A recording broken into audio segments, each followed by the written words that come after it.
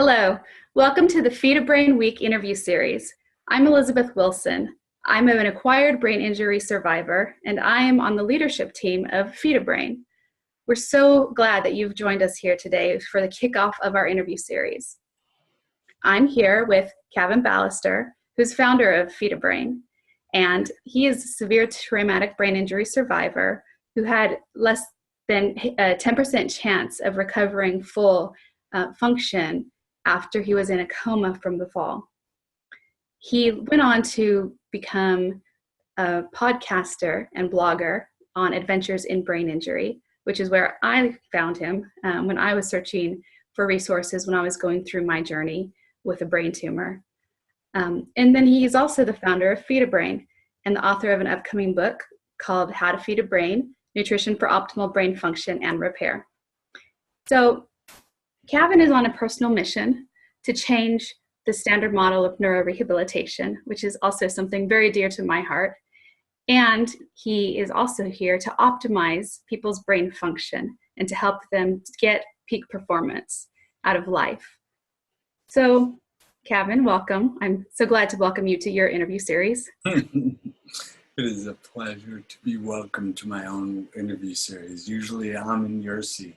Exactly. We turned the tables this time so that I can help Cavin give himself an introduction to you, our audience, because his story is so compelling and the reason for his passion and the mission that he's on is so important that I wanted to make sure that his own interview was a part of this series so that he can share with you where this information comes from and the passion for the research that he's done has come from. So Cavin, throughout the week, as we hear other people's interviews, you're going to be talking a little bit about your story in some of these interviews, and you talk about it in the book that's going to be released soon. But give us a little bit of a background here for the purpose of this interview about where your personal mission came from and how you got this passion for brain health and optimal brain function. All right. Well, it's been several years in the works. 6.5 years to be close to exact. 6.5 years ago, I sustained a severe traumatic brain injury. While I was in a coma, I was diagnosed with a diffuse axonal injury, which is a type of brain injury that statistically 90% never wake up from. And of the 10% that do, most are in a vegetative state. So I am very, very, very lucky to be amongst you all. I didn't eat, walk, or talk for months. I was breathing through a tube in my neck. I was eating through a tube in my belly, which we're going to talk about quite a bit in this series. And long story short, about 10 months after my injury, I was steered towards a nutritional protocol and I began to regain some clarity. And I used that regained clarity to dive into study and to understand why nutrition made a difference. So it's interesting because as soon as I started this nutritional protocol. It was at that point that my clarity came back and I began to write my blog on adventures in brain injury. So the first post I wrote was on the year anniversary of my injury, and I wrote about where I was a year ago, what I was told happened, right? Because I had no memory of it. And then I continued to write on the anniversaries of important events. So when they tried to extubate me and it was a failed extubation, I wrote about that. And then I wrote about when I woke up. I wrote about when I changed hospitals. I wrote about when I took my first steps, when I had a peg tube placed, when I had the peg tube removed. What's a peg tube? A peg tube is a percutaneous endoscopic gastrostomy. So it's basically an artificial belly button. It's an artificial umbilical cord. The first phase of digestion is in the mouth, and then you swallow. And when you swallow, it puts the food down your esophagus because you're usually breathing through your trachea. So you have two tubes in here. One of them's your trachea, it goes to your lungs. The other's your esophagus, it goes to your stomach.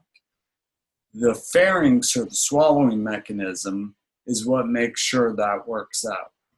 And as a result of my brain injury, the communication from my brain to my swallowing mechanism, my pharynx, was not working very well. So I was in serious danger of aspirating, or basically having food go into my lungs.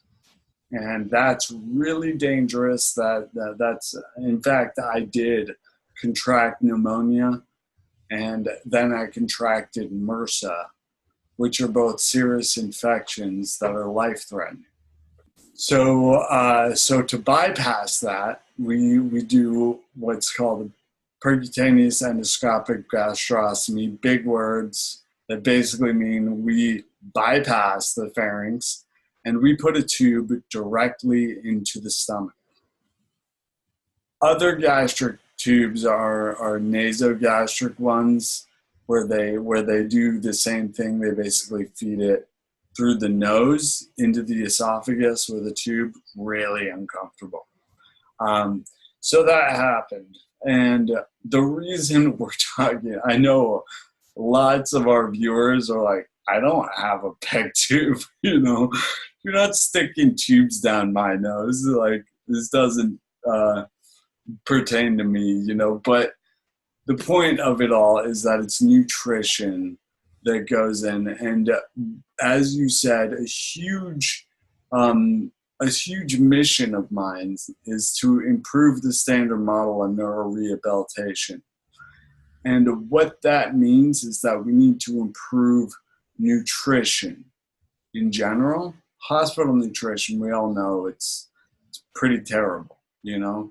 The gastric feeds are really terrible. They're corn syrup, soy protein isolate, corn maltodextrin. I mean, they're industrial food products that are shelf stable, that are it's not real food, you know. And I think we can all agree that you don't give somebody who's trying to recover from a brain injury or other injuries fortified corn syrup for breakfast, lunch, and dinner for months or years for some patients. When it comes to hospice, so the geriatric or the older population, that are unable to swallow and eat conventionally, that are receiving nutrition through a gastric feed, they're getting this fortified corn syrup.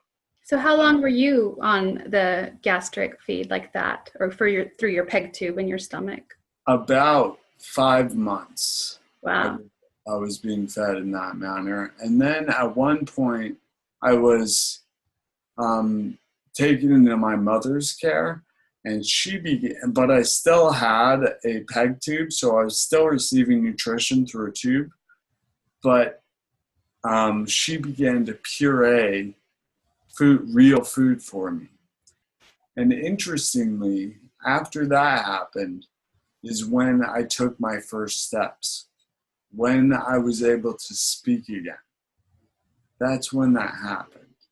So it sounds like you had a pretty serious brain injury, obviously, from having been in a coma and on breathing tube and having to be fed through your belly on a tube.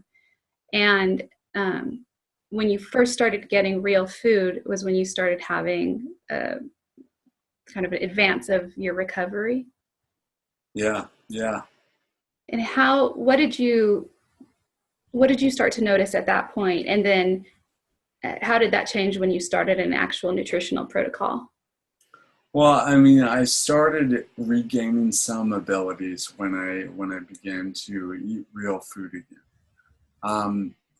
At the same time, I was also receiving what are called nutraceuticals. So we're going to talk about functional medicine a bit and orthomolecular medicine and how supplying the cells with what they need to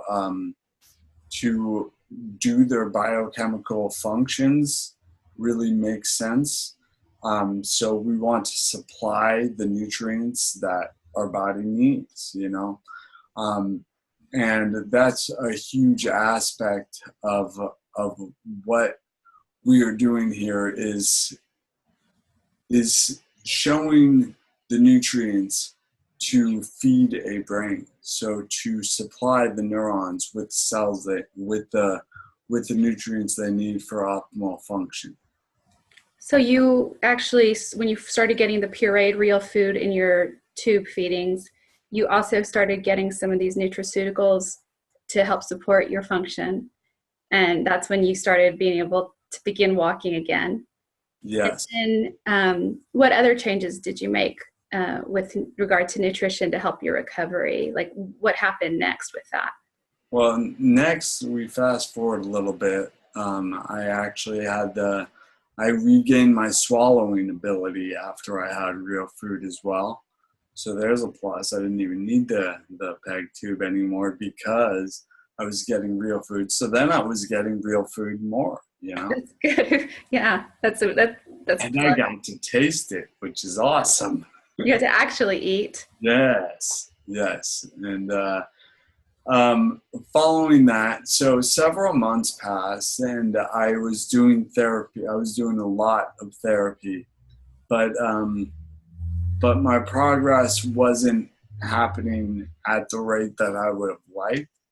And I began a nutritional protocol.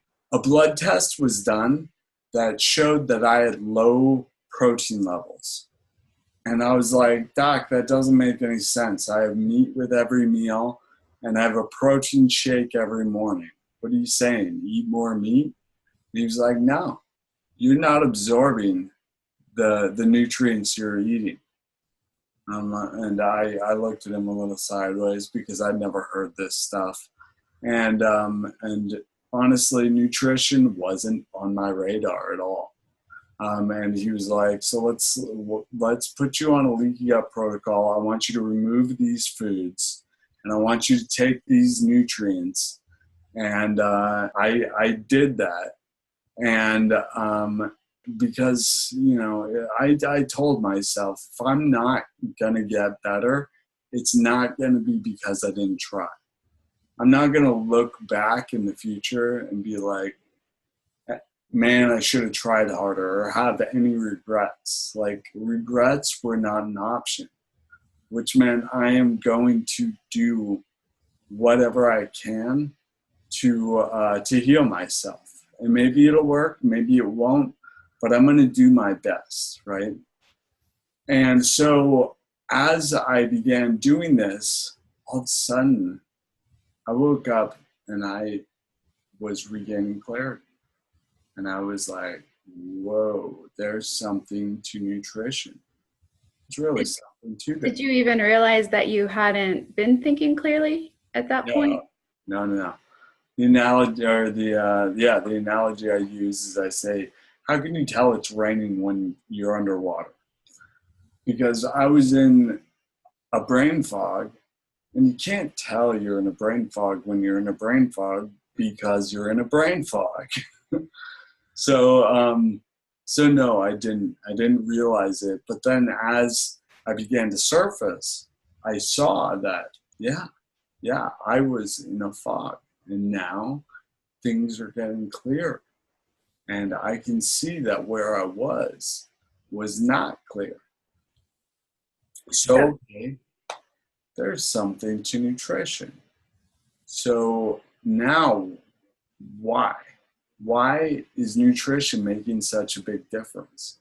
And that's when I really began to study and began to look into, I was looking to podcasts and searching. I mean, what I was doing was functional medicine. So I was Googling functional medicine and I was looking up all this stuff. Mind you, I'm relearning how to walk at this point, but we got the internet, and the internet allowed me to reach all over the globe and to absorb so much information that was available. I mean, such a fantastic tool, especially in my state, you know, and I hear this mirrored with so many other survivors or people with that are dealing with debilitating conditions, where leaving the house isn't as much of an option as logging onto the internet and finding resources. So as I was searching, I found Dr. Alex Vasquez, actually, who is extremely accomplished physician, and his name's basically synonymous with functional medicine, because he's on the board of the Institute of Functional Medicine. He runs the International College on Human Nutrition and Functional Medicine, the International Journal on Human Nutrition and Functional Medicine, and he does the International Conference on Human Nutrition and Functional Medicine. His credentials, he has 3 doctorates. He's a doctor of osteopathic medicine, a doctor of naturopathic medicine, and a doctor of chiropractic medicine. That's a lot of school. That's really impressive. Yeah. He's written like... Just reached out to him and just started talking to him? I found him on Facebook, and I reached out to him, and I wrote him to thank him because... So he's written over 120 articles in peer-reviewed journals and about 20 textbooks. And at the time, he was also an adjunct professor at Balaster University, which is a naturopathic college in Oregon. And he made online resources for his students, right? Like videos of lectures and whatnot for his students. But what he did that was amazing is on the little box that says unlisted or public, he checked public, which meant that I could watch them. So I was able to learn what he was teaching his students. And so I reached out to him to thank him because it was so valuable to my understanding of what was happening with my digestion and then with my brain, how the nutrients were getting to my brain or how they weren't getting to my brain, and what I could do to improve that. So that sounds like a fantastic resource. So Dr. Vasquez had these videos that were basically, university level lectures on nutrition and functional medicine, and you were eating those up, so to speak, feeding your brain with that. And then what else? Because you had described to me a lot more than I think you usually talk about of courses and other ways that you actually learned beyond just talking to the doctors and hearing Dr. Vasquez's lectures. There's others too. I see a textbook behind you over there. I see a brain. Oh, you know what? Yeah, that's kind of perfect that you bring this up. So at one point I was watching a TED video, and on that TED video, I forget what her name is. I want to say Daphne something, but she was talking about something called Coursera.org. And what Coursera does is it is free online courses from top universities like Princeton and Duke and Cal Polytech and University of Chicago and even Yale, like so many top-notch schools, free online courses. Now, the catch is you do not get credit for these courses, but you get to learn. No free Ivy League education? Yes, essentially. And I see this TED Talk and my jaw drops and I'm like, that's amazing. Because at the same time, that I was trying to rehabilitate my brain, I also am recognizing that I need to keep my brain sharp. I need to bring my brain back. So I started taking some of these classes, and this is a medical neurobiology textbook written by Peggy Mason, Dr. Peggy Mason, who is a professor of neurobiology at the University of Chicago. The reason I have this is because I took a course of hers. Actually, I think I have it right there. And it was called Understanding the Brain, the Neurobiology of Everyday Life. Let me grab that. I'm starting to see a theme. It's like everything on that wall is a brain. There you go. Other than the guitar. That's got some brain stuff going on too. You got to use your brain for it, right? Yeah. So yeah, this is my statement of completion on this. So as I said, you don't get you don't get credit, but you get a statement of completion. Yeah. Yeah, I got with understanding the brain, the neurobiology. Oh, take it back a little. Yeah, there it is. Yeah, everyday life. So this is a course that was actually taught at the University of Chicago. It was, yeah. And so actually we had Dr. Peggy Mason on the Adventures in Brain Injury podcast a while ago. And I mean, here's what happened with that. So first of all, I am not going to school. I am at my mom's place relearning how to walk. But we have the internet, and I learn about Coursera. And so I go on Coursera and I type in brains. I like brains. I'm learning about brains. My interest is very much in neurorehabilitation, how the brain rebuilds itself. So some of those mechanisms are neurogenesis and synaptogenesis, which we will be talking about in this series as well. And I find this course, Understanding the Brain. I also took a course called The Brain in Space, which was very much about our visual perception and how our eyes and the brain are so tightly integrated. And I mean, I talk about that. I don't know if I do in this series, but we have 12 cranial nerves, and 4 of them are dedicated to the eyeballs, to the visual system. 6 of them innervate, which means are connected to the visual system. So that's 1/2 are connected to it. 1/3 are dedicated to just these 2 little guys. Mm-hmm. And so that's pretty impressive. But all right. So I'm relearning how to walk. I find out about Coursera, and I began taking courses for free, and I'm not getting credit, but I'm learning, right? And then I reach out to Dr. Mason, Dr. Peggy Mason, and I say, and I write her and I say, I want to thank you so much for your course. This is fantastic. I'm learning so much, and you are a fantastic edutainer, is what I told her. Edutainer? So, yeah, educator that's entertaining, because her courses were really fun. I enjoyed them a lot, And I introduced myself, told her a little bit about my story, and she said, Cavin, I am so glad you're in this course. I actually stumbled upon your blog a couple months ago, and I read every word.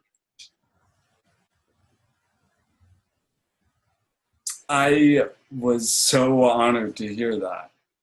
She then told me she would be happy to write the foreword for my book. You were writing a different book originally. Yes. At that point, I was writing a book about my experience. Mm-hmm. It was going to be called Lights, Coma, Action. And I probably still will write that book. But the way I see it, this is all part of the action. what's happening right now with this interview series, with the launching of How to Feed a Brain. The fact is, Lights Come Action tells my story, and that's cool. That's really that's very valuable for some people who are in a place where it's valuable. But the tools that I've derived from learning from these brilliant practitioners, nutritionists, and understanding neurobiology and neuroplasticity from Ivy League schools, everything that I've learned, the nutritional tools, this is the first step of something that I can provide to the world from what I have learned. You know, I asked Dr. Vasquez at one point, because we stayed in touch. I said, hey, Dr. Vasquez, I'm looking for a resource that really speaks into what is good brain nutrition. And I'm like, do you know of a good resource for that? And Dr. Vasquez, as I said, he's got 3 doctorates. And I mean, he's the most accomplished individual I've met. So I asked him, and he says, nah, you know, I can't point you at a specific resource. And I'm like, what, there isn't one? And he's like, not one that I would point you towards. And I'm like, you should write that. Yeah, you know, I found that same problem when I was getting ready for my brain surgery for removal of the tumor. I wanted to know what to do to support my recovery. And I was looking into what are nutritional changes I can make and what do I need to be eating to support my brain and to give it the building blocks it needs to get better. And I had to piece stuff together myself off of what I found on the internet there's a lot out there about healthy eating or paleo eating and where you get certain vitamins, but it's hard to figure out exactly what you need for your brain and saying, these are the foods to eat. This helps your brain in this way. I couldn't find anything either. So I got similar experience to you. I didn't actually end up writing a book about it, but I got on your team. So that was good. But yeah, I hadn't found anything. So I'm glad that you kind of made this choice to pick nutrition out of all the different subject matters. Because having been a big fan of the podcast before I actually met you, it covers a lot of topics for brain injury and brain health and recovery therapies and that type of thing. And so you could have chosen a lot. You could have written your story. You could have written something about, there's tons of topics that you could have chosen. But I think we've talked about this before, and you can speak a little bit more into it of how nutrition's just the foundation of what we need to support our brain, whether we have an injury or not, but for our brain function over time and for a better life and for improving our and optimizing our brain. Mm-hmm. It's the most accessible to people. I mean, everybody eats and everybody has a brain. And so understanding how important our digestion is and the nutrients that we ingest are for our brain health is really, really, really important. And when Dr. Vasquez was like, yeah, there really isn't a resource, I told him he should make one. And he said, yeah, you should. And so I did. I've been working on this for a bit. And essentially what you said with nutrition tools being out there, it's really hard to decipher this stuff, to figure it all out. And there wasn't really a resource that was like, here's exactly what you should eat, or here's how you figure out what to eat for you and your unique physiology and whatnot. So I essentially really understood that nutrition was a big deal. I didn't understand exactly what the nutrition was that I needed. So there was lots of troubleshooting that went on. there was lots of different dietary aspects that I explored, and Because that's overwhelming. I mean, there's a lot of diets out there. There's a lot of approaches that you can take. There's, vegan, vegetarian, paleo, keto, people who want to eat, avoid certain types of foods. There's AIP, the autoimmune protocol, and people who say you shouldn't eat nightshades, you shouldn't eat high histamine foods, and avoid GMOs. I mean, it gets overwhelming.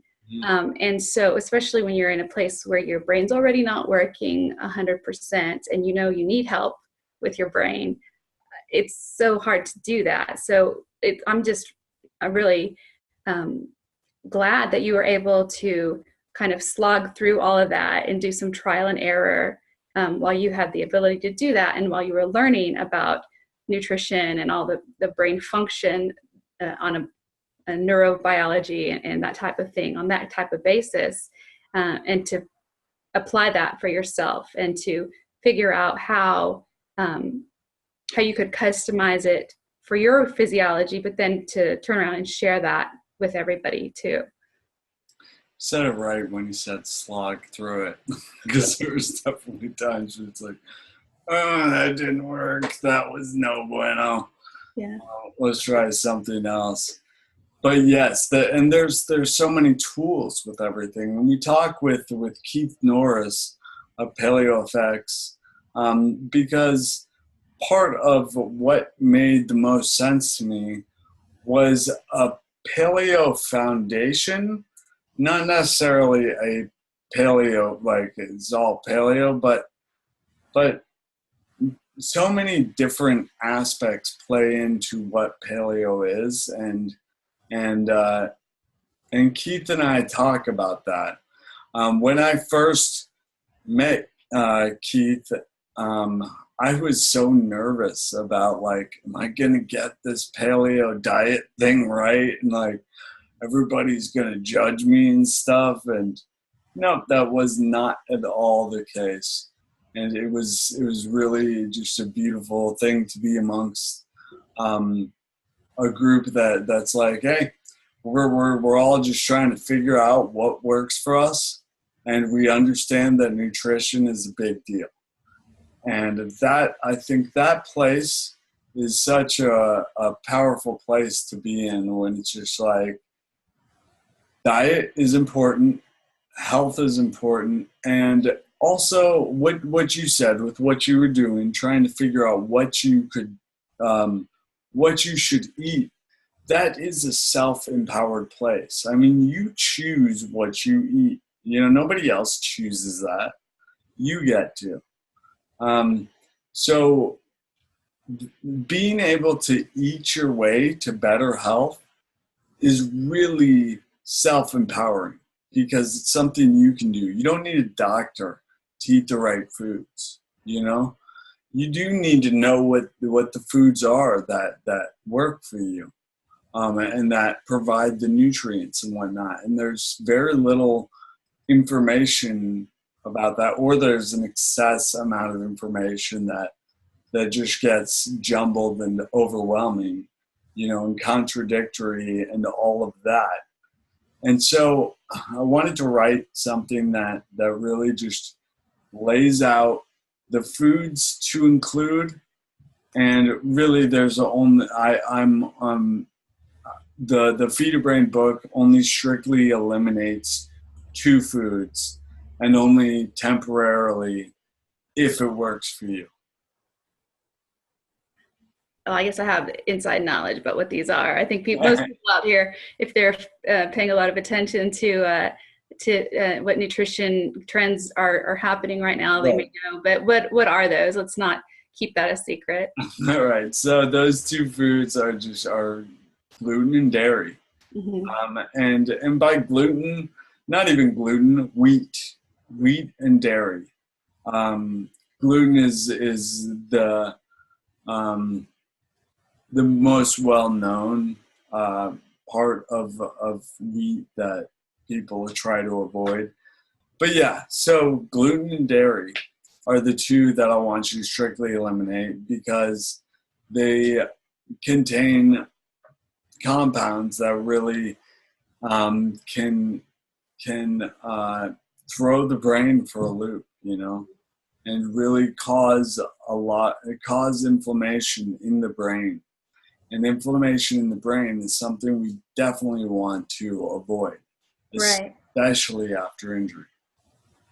And ongoing inflammation over time can cause degeneration in the brain too. So even if you don't think anything's going on when you're eating that, there can be consequences given the cumulative effect. And Dr. Karazian talks about that, and I think also Nora Gedgaudas does as well. Mm-hmm. So that's something that I've done for myself, taken out gluten from my diet, and I tried to hold on to dairy as well, but I had to give that up too because of the inflammation effect. I was really concerned that it would be, I'm not 100% recovered. I'm still a work in progress, and I didn't want to have that inflammation in my brain. So I've done both of those, and I've had a lot of success myself personally with making those changes. I've eliminated foods that I'm sensitive to as well, that I have a reaction to based on some testing. They saw what kind of food sensitivities I had. And so I think that that's something that's valuable to give it a try and give it time to see how your body responds. That's exactly right. I mean, there's no harm in it. And what I talk with Dr. Dan Engel about is weighing the risks and unknowns versus possible benefits. That was the rules that I chose my therapies for, and that's nutritional therapies and other therapies. It was risks and unknowns versus possible benefits. Mm-hmm. So, what are the risks of removing wheat from your diet? Really, not any. Mm-hmm. Zero risks to that. Some people say that you can't get certain vitamins. That's just not true. Wheat is actually a very nutrient. It's weak in nutrients. So we talk about nutrient density, and nutrient density would be foods with lots of nutrients in them. Wheat is not one of those. In fact, we enrich wheat with other vitamins and minerals because it's so devoid of nutrients. Yeah, and like naturally on its own, it doesn't have those. That's why you have the enriched wheat bread and that type of thing, and it's always got added vitamins. Exactly, yeah. So we can get our vitamins from food. We can get our nutrients from food. And wheat is not one of those foods that supplies us with those nutrients that we can get from other food sources. So there's no danger in taking that out. Same with dairy. There's nothing we're losing by removing gluten, removing dairy. Now, a lot of people, and especially women, because as we've been told that we need the calcium for our bones and osteoporosis scare, you don't want to have that. So what about the calcium? Like, that's what people will say. Like, you have to drink milk for your bones, right? Nora Gedgaudas says that calcium is the most abundant mineral in our diets.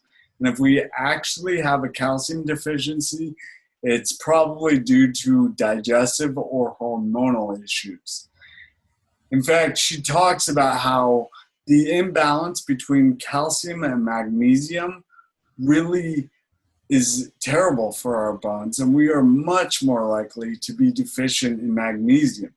Do we hear much about magnesium supplementation or eating magnesium-rich foods like leafy greens? That's another thing that we can get.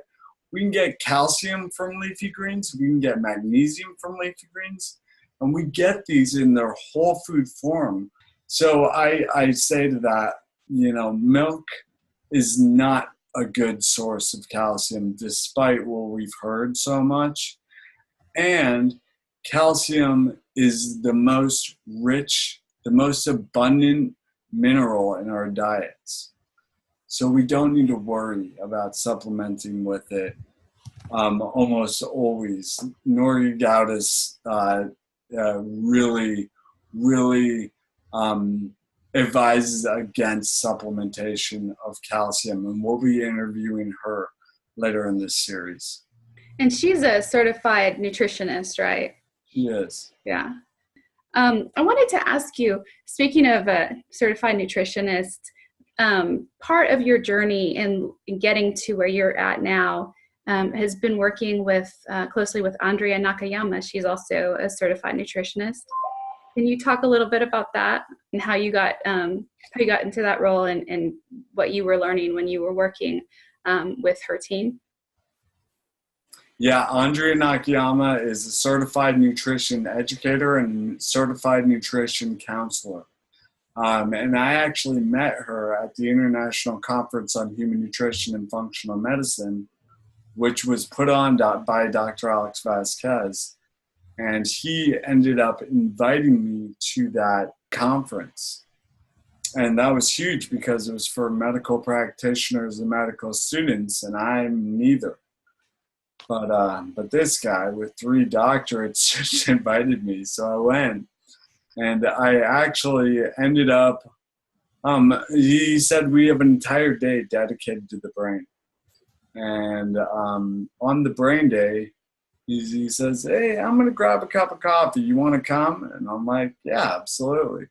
So as we're getting coffee, he says, Cavin, what was the number 1 most effective therapy you did for your brain after your injury? And I explained that healing my gut was what made all the other therapies effective.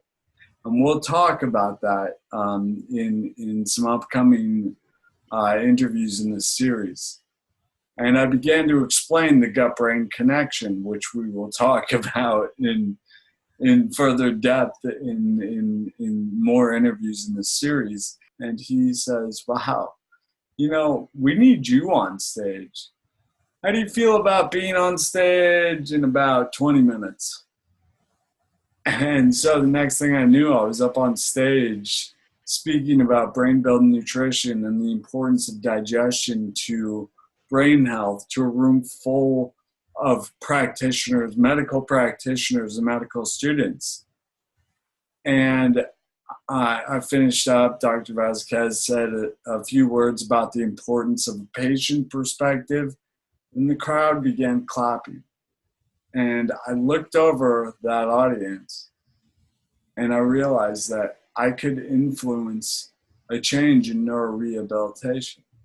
And that's when my whole path began to crystallize for me. Mm-hmm. So in that audience was Andrea Nakayama. And I ended up speaking with Andrea, and we began following each other's work. And when I spoke for NORA for the first time, which is the Neuro-Optometric Rehabilitation Association, Andrea reached out to me and asked me if I would like to present as a guest health and medical expert for her practitioner training program. Now, what Andrea does is she teaches practitioners how to practice more functionally. So how to incorporate nutrition and functional medicine and functional nutrition concepts.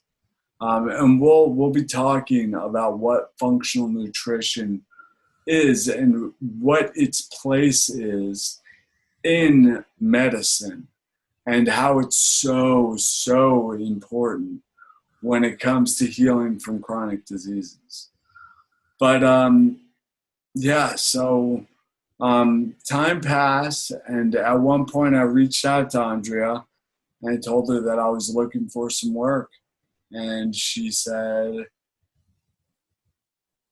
maybe you should come on board. What can you do? And so I ended up preparing course materials for her practitioner training, and it was such a fantastic experience that exposed me to such valuable work of so many brilliant practitioners that are helping millions around the globe. Mm-hmm. And I am so thankful to Andrea for such an important experience and for giving me the platform to learn so much from her and other practitioners about the physiology of our bodies and the different modalities and different perspectives that was given by so many of these practitioners. It kind of feels like the universe has pulled you through to this point, kind of like put the right people into place for you to learn what you wanted to learn and what you needed to learn to bring us to where we are. I can't disagree with you.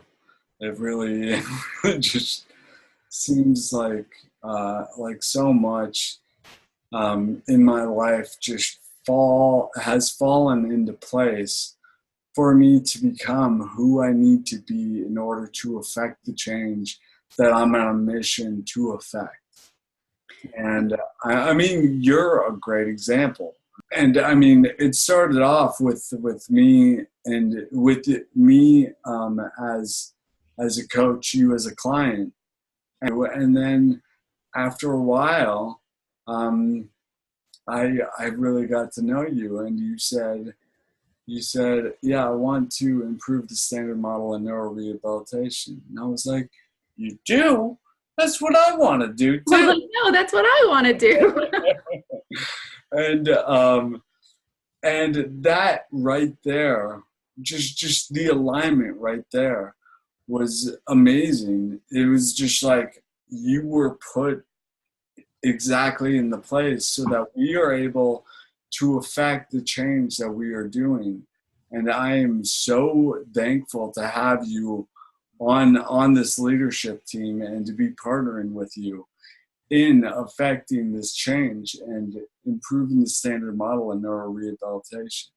You know, I thank you so much for that, because the feeling is mutual, completely mutual. I feel like it was definitely something that was just laid out for us to team up to do this project and to help people in a really powerful way and bring information to them that's so useful and that we both were looking for when we had our own issues that were unique in our own ways, but definitely needed this type of information to support our recovery.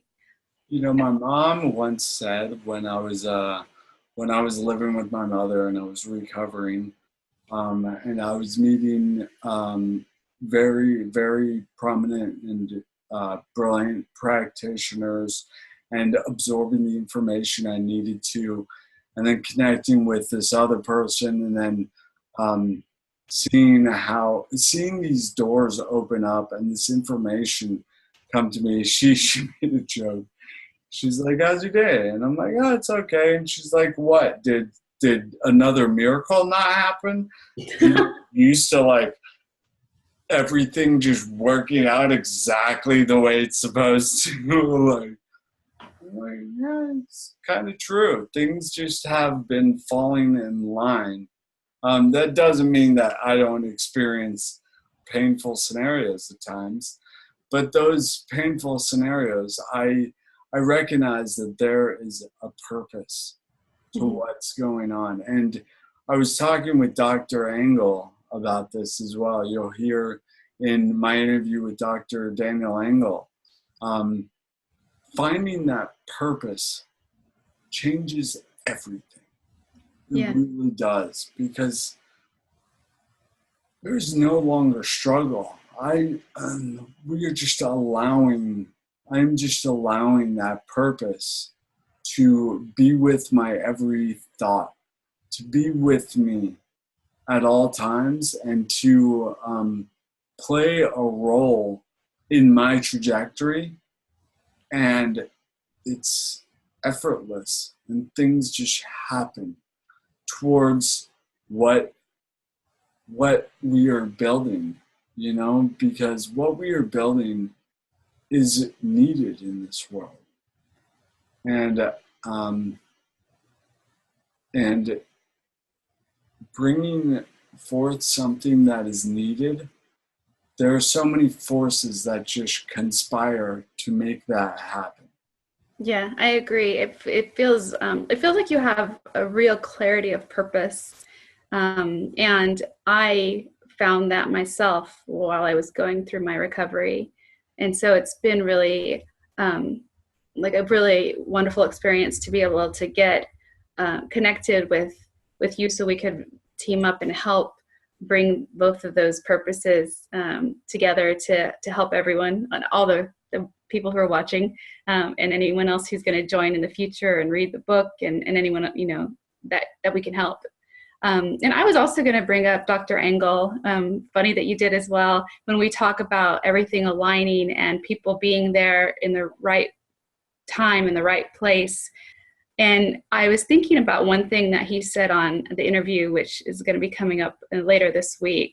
And I thought it was really good to bring up now, because I want to make sure that the people who are watching realize that this is not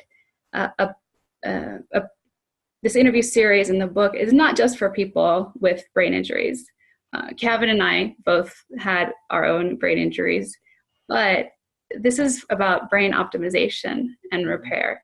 So one thing that Dr. Engel says when you were interviewing him was that the same therapies and modalities that you use for brain repair are used for brain optimization. Part of his medical practice is for peak performance, and he just put it right out there that his book is about a lot of different modalities that are usually would be considered alternative therapies or modalities, but they are so helpful for brain injuries and optimization of your brain. Like, you don't have to have had a neurological condition or injury to benefit from this attention that you put to your brain, because how we live it each and every day, and the things that we're exposed to in our environment, and the stress we put ourselves through, antibiotics and all kinds of stuff that a lot of people are part of their daily lives. It's stuff that will affect your brain down the line as well. So can you talk a little bit about that, Cavin? Yeah, that was really beautiful when he just said exactly. I mean, the name of the book that I wrote is How to Feed a Brain. Not how to feed a broken brain, how to feed a brain. And then nutrition for optimal brain function or repair. So both function and repair. So if we're looking to optimize our brain function, we're not necessarily worried about repairing damage. But as Dr. Engel said, these same therapies we do to support our injured brain are the same therapies that support a brain that is healthy. And change the amount or the frequency, depending on the needs. Right. And you brought that up as well. So that was something that I recognized as I was trying to optimize my recovery. The way I wanted to optimize my recovery was by optimizing my brain function. And what I do to optimize my brain function is what anybody else would do to optimize their brain function. So, I mean, it's really remarkable to me to look back at 6 years ago when I was still breathing through a tube and I was relearning how to walk. And to look at where I've come with things, where I wake up several mornings during a week, I'll go to Barton Springs and throw a backflip, and then a front flip, and then another back flip, and there's several reasons which we'll go into. And on top of that, we got the water, the cold water, so the cryotherapy, which we will talk about. And I also have a sauna, which detoxifies while also releases heat shock proteins, which stimulate BDNF, which is miracle grow for the brain. Mm-hmm. So there's so many therapies that we can do ourselves. We can be empowered to help ourselves to optimize our brain function and therefore optimize our brain repair. Yeah. So I wanted to ask you about something that you say in the book, and also I've heard it in some interviews that you do. So the healthiest thing that we can do for our brains is to live life and do so sustainably. And so I wanted to ask you, what do you mean by that? And what is sustainable? What does that mean to you? I'm going to correct your quote again a little bit. I say to enjoy your life. Enjoy your life. Do so sustainably. Okay. And I think enjoyment of life is definitely very good for our brains. You know, if we're miserable, our brains are miserable. And our brains are not healthy. You know, if we're extremely stressed about X, Y, or Z, our brains aren't healthy. Stress is releasing stress hormones, releasing cortisol, which ups our blood sugar, and our blood sugar affects our brain a lot. And I talked with Dr. Crosby in a bit about how blood sugar is one of the most important aspects of our brain health, and how a simple tool like a glucometer, you don't need to be diabetic to get a glucometer, at least not in the US. And those are the little machines where you can test your own blood sugar, that you can get them at the pharmacy and get the little blood strips. There we go. Here, I have it right here on my desk. Yeah. So you monitor your own blood sugar to know where it is, and that helps you to kind of gauge your condition or how you're affecting your brain with your blood sugar. That's right. Yeah. Back there, I'll show you. Here's my little glucometer, and I'll take one of these and prick my finger. Oh no! Everyone who's scared of blood is just cringing right now. I know, but you know what? It's not that bad. I guess, but it's this like that. I didn't even feel that at all, not at all. And here we go, and then it lays out what it is. It's clear. Oh, it's 100. Mm-hmm. It's 100, and usually my blood sugar is more around like 80 to 90 range. So bottom line is, stress is not healthy for us. So enjoying our life is healthy for us. Mm-hmm. Doing so sustainably. You asked, what does that mean exactly? So I'll tell you what that doesn't mean. That doesn't mean scraping by and, oh, it's sustainable, I'm still alive kind of thing. In order to enjoy your life sustainably, you really need to optimize your health, particularly your brain health. You need to do what you can to really give your brain the ingredients it needs and to remove the things that are going to harm it, So when we say enjoy your life and do so sustainably, it means, don't drive yourself crazy over things, but that's not an excuse to do whatever. There's two sides of like, live your life, enjoy your life and do so sustainably. Some people enjoy the hell out of their lives and it's not sustainable. Hmm. And some people don't enjoy their life because they're so concerned about being ultra healthy or doing things right and by the book and really following what is the exact thing that is right based on their research and whatnot. And I think it's important to give your brain what it needs, but don't hurt yourself. You Hmm. know, there's a point where stress is okay, and we'll talk about this. So stress, there's two types of stress. Eustress, which is spelled EU stress, and you can look it up. And it's essentially stress that's beneficial for us because we adapt to that kind of stress. And then there's distress, which is stress that is harmful to us. And I'll explain that more in incoming interviews. But the bottom line is, if we're changing our diets and we're making steps to improve our health, and it's a little stressful for us, a little stressful is okay.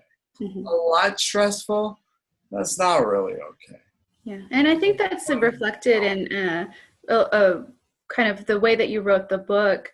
You start out with only the two categories that you say to remove, and I think a lot other diets are maybe a little more strict, or more complicated on what is restricted in the diet, and the focus then is on what to add and what to make sure that you want to put into the diet and what not. And so it's really more of a, like you've said, I've heard you say before, a diet of inclusion of what you can include so that you're making sure to get the nutrients that you need for your brain. Mm-hmm. It also makes me think about your brain garden analogy, and I think about sustainable gardening.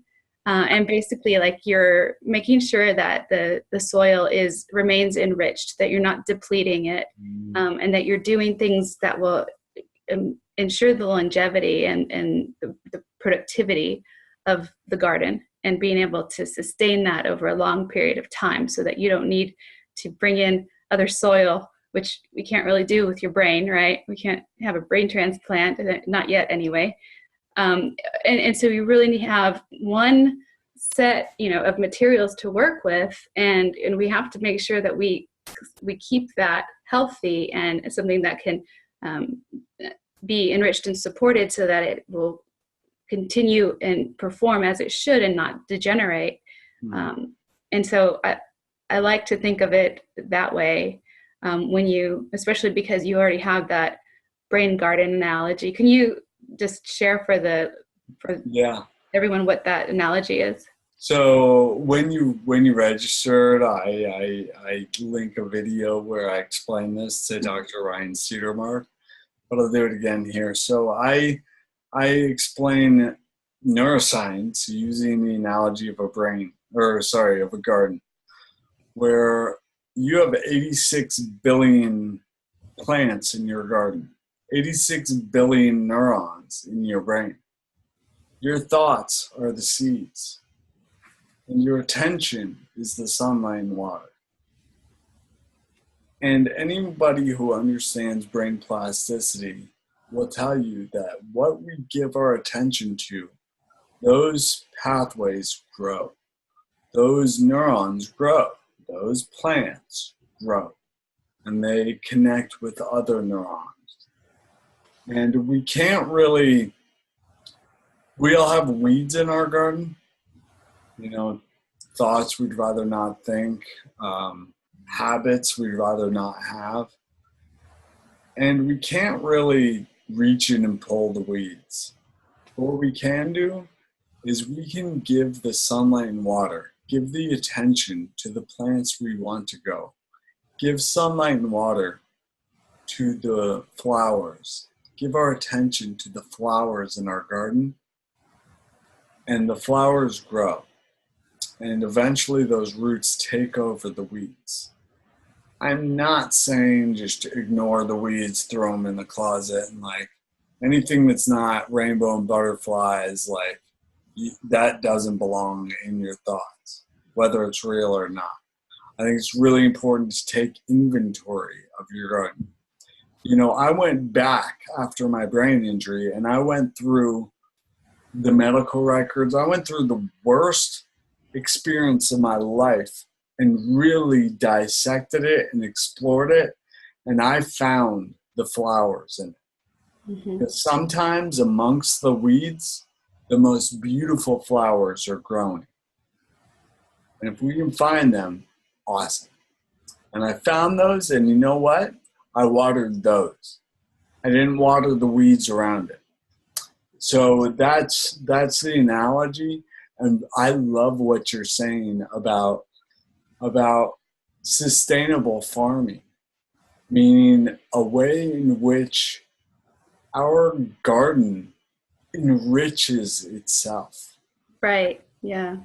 It's an ecological system in which we are feeding. Our brain is feeding our brain, right? Mm-hmm. So feed a brain so your brain feeds itself. Yeah, and I think that's what I've been doing too in my recovery lately. I've been feeding my vestibular system flowers and vision system, and in working and with this project and helping bring this to reality. It's also been, watering some flowers as well.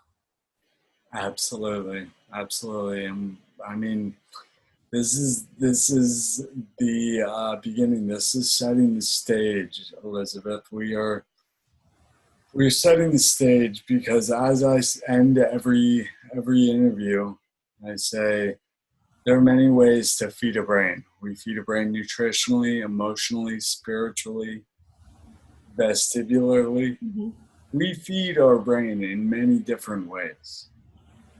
And you do say that. And that is the perfect segue into the next thing I was going to ask you. Because usually, and everyone else will see this as you see all the interviews we have in store for you. Cavin says that right before he says, okay, so there's many ways to feed your brain. And so what two things, or you give some people more than one or two, everybody gets a different number.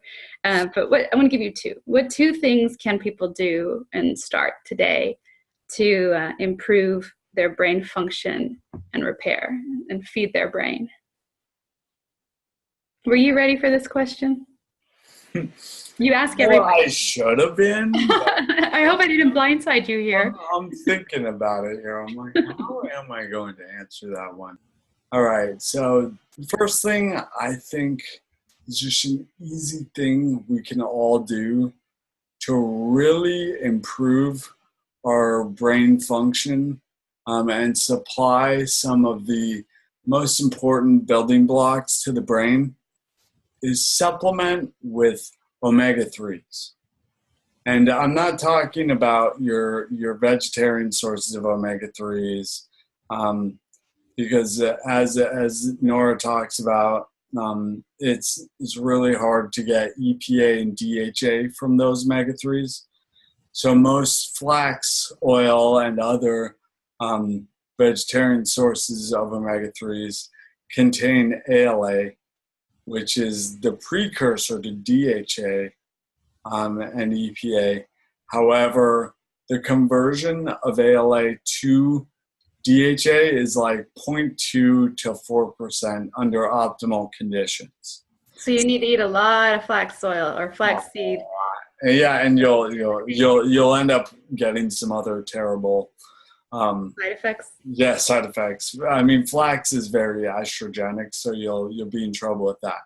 However, there is a vegan source of DHA that is derived from algae, and you can find these products at feedabrain.com/omega, where I talk about different sources that provide EPA and DHA. But yeah, providing those two compounds, EPA and DHA, is so important to our brain health. So that's number one, is the nutritional little thing that you can do anybody can do. Supplement with some fish oil, And you're not saying not to eat flax at all. You're just saying that's not going to be the best primary source for your omegas, Yeah, right? yeah. I mean, I think it's kind of I think flax, it is very estrogenic. I think it's way overhyped. And I'm not saying don't eat it at all. Go ahead. I don't think it's worth it. I don't think it's that good for you. Um, yeah, but I don't think it's that bad for you either. Mm-hmm. All right. So what's your second one? So that's a nutritional aspect, and then I'm going to say one that actually Dr. Engel says, and that is to find the purpose. Right. Find the purpose in your circumstances. Find the reason that you could be where you are. And it doesn't have to be the reason, but even the possibility that this is the reason. That's pretty powerful, because in knowing that it is possible, it is possible. Understanding that your perception is so important. Your perception is a self-fulfilling prophecy. Meaning that if here's an example of something. If somebody sends you a text and you read it like that person is super angry with you, and you read it that way, then it becomes that way. Meaning that when you respond as if they were trying to be with a tone that you didn't want, when you respond that they are a monster, they become a monster. So understanding your perception is a self-fulfilling prophecy, and then utilizing the power of that perception to where if something could be the purpose of your circumstances, and you see that is the purpose of your circumstances. Like a positive thing, you mean? Yeah, as a positive thing, then you can live into that. And it becomes effortless after a while. It's difficult at first, I'm not gonna lie. It like switching the perception and your relationship with your circumstances is no easy task. But when you do, and you look at your circumstances as opportunities rather than something that's dragging you down, doors open and you can live into that purpose. I think that's very powerful, and that's exactly what you've done in your story and how you've gotten to where you are now and where you're going to go. I mean, this isn't it. This isn't all you've got to do either. The book is the first step in a long series of ideas and plans that you have to help people and to help make sure that people are getting the proper nutrition through gastric feed and hospital nutrition and other ways that we feed the brain, like you mentioned. And so I think as we move forward from this being our first official Feed a Brain event as the interview series and this kickoff and the book release coming very soon, that you'll be kind of working towards these longer term goals of eventually working on feeding your brain and helping others to feed their brains in these other ways as well. I couldn't have said it better. We're setting the stage, and the Act 1 hasn't even started. Mm-hmm. So I think at this point we'll go ahead and wrap up. And I think this being the first interview, I'm really excited for everybody to see what we have in store this week. And I think that you will really enjoy all the content, the interviews. Cavin is a really good interviewer. I can tell you that, listening to his podcast, every episode so far, at Adventures in Brain Injury. So I think that I can hand this over to him in good faith that he will be able to carry it through to the end and deliver you guys an outstanding week, Feed a Brain week of interviews. Well, again, now you're making me blush. Thank you so much, Elizabeth. I'm really excited, and I'm so excited to bring you all some of the most brilliant people that I've been in contact with and who really made a huge difference and continue to make a huge difference in the world. And to bring to you some of what it means to feed a brain nutritionally, emotionally, spiritually, and in all of these cases, very powerfully. So thank you very much for joining us. And please let people know that it's going on this week so that they can also join in and watch the great speakers we have in store for you. Yes, please share this with friends and loved ones. It really, this information is so powerful and can really change lives. And it's so easy. Just hit the share button, forward an email, and let people know what's happening here and how we can influence change in hospital nutrition, in neurorehabilitation, and in brain optimization, ways that we can, our understanding of how we can feed a brain. I couldn't have said it better myself. So thank you, We're a Cavin. good team. Thank you. Thank you.